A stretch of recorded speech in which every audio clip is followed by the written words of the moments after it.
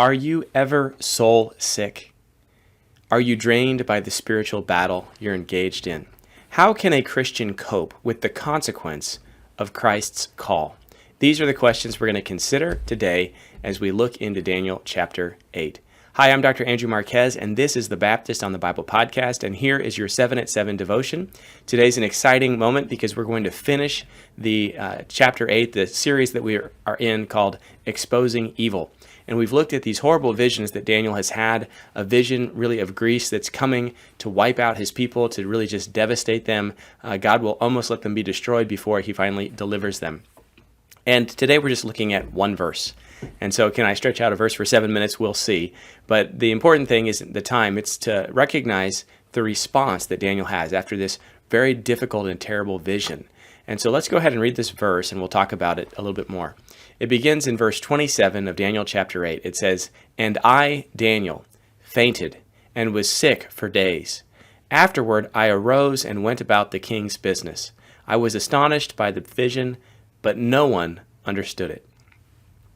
That is our passage for the day. May God bless the reading of his word. Daniel receives the vision. He is just overwhelmed. He gets a bit of an interpretation, and he's trying to wrestle with what does all this mean? And then he faints. He passes out, and he's sick for days. He then gets up and gets about the king's work. He's astonished, but there's no one to help him understand the vision. And this is where it leaves off. And I think this is really just such a powerful passage of Scripture because it describes the frailty of one of the great heroes of the faith. Daniel is exhausted, and he's exhausted because God has given him a call, a vision that is just really terrible. It's not his first vision, but this one really just drains him because he knows what is coming. And in spite of the fact that God has delivered him, it's like he's just worn out. And how is he going to deal with the weight of this vision that he's been given? So the first thing we see is that he has a moment to recover. So yes, he is going to pass out, and that's forced rest right there. You know, sometimes you work to the point where your body just gives out and you're forced to rest. This, again, is not because he's just been working physically hard, but this is a spiritual exhaustion. And I want to really center on that because so often we kind of confuse our physical and our spiritual states, and there's an overlap. But for those that really engage in the Christian walk, you can get to a point where you are physically sick as a result of this spiritual struggle. The emotional pull, the psychological pull, all of these things kind of are embedded in who we are. But the spiritual person, the immaterial part of who we are, is engaged in battle. That battle takes place against sin, and that battle takes place in the mission of God that he's called you to. And at some point in time, your body will give out. You need to recover. You need to rest. And it can make you sick for days. Daniel needed time in order to physically recover from this spiritual vision. And I think this is important for Christians because sometimes we forget to rest. We forget to take the time that's necessary to recover.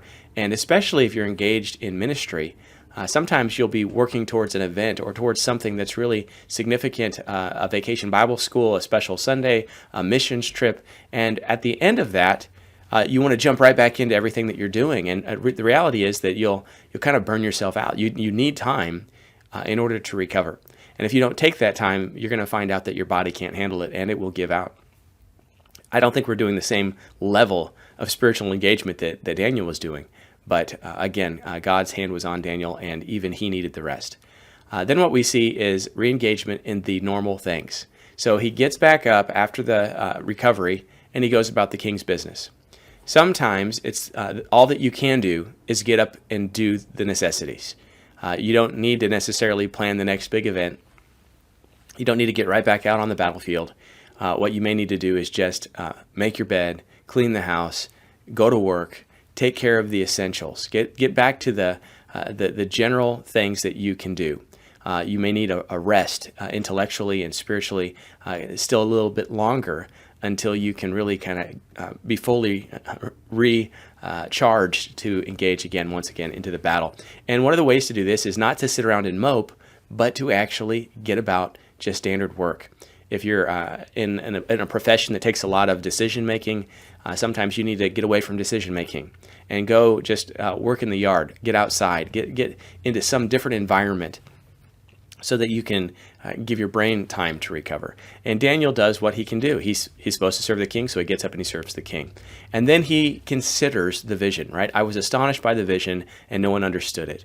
And I think this is important too, because what we see is that he doesn't give up on trying to understand what God's calling him to and trying to work out the difficulties that he's engaged in his own mind, trying to understand what God has given him. He considers those things. He's rested, he's engaged in work, and now his brain can kind of work on these things. And it sits on his mind for a while, and he tries to understand it. We also see here maybe an implicit desire for counsel. Sometimes in the midst of all these things, you need to get counsel from others. No one was able to help Daniel here. But the truth is, if someone was able to help Daniel, we're kind of given the idea that he would have sought that help.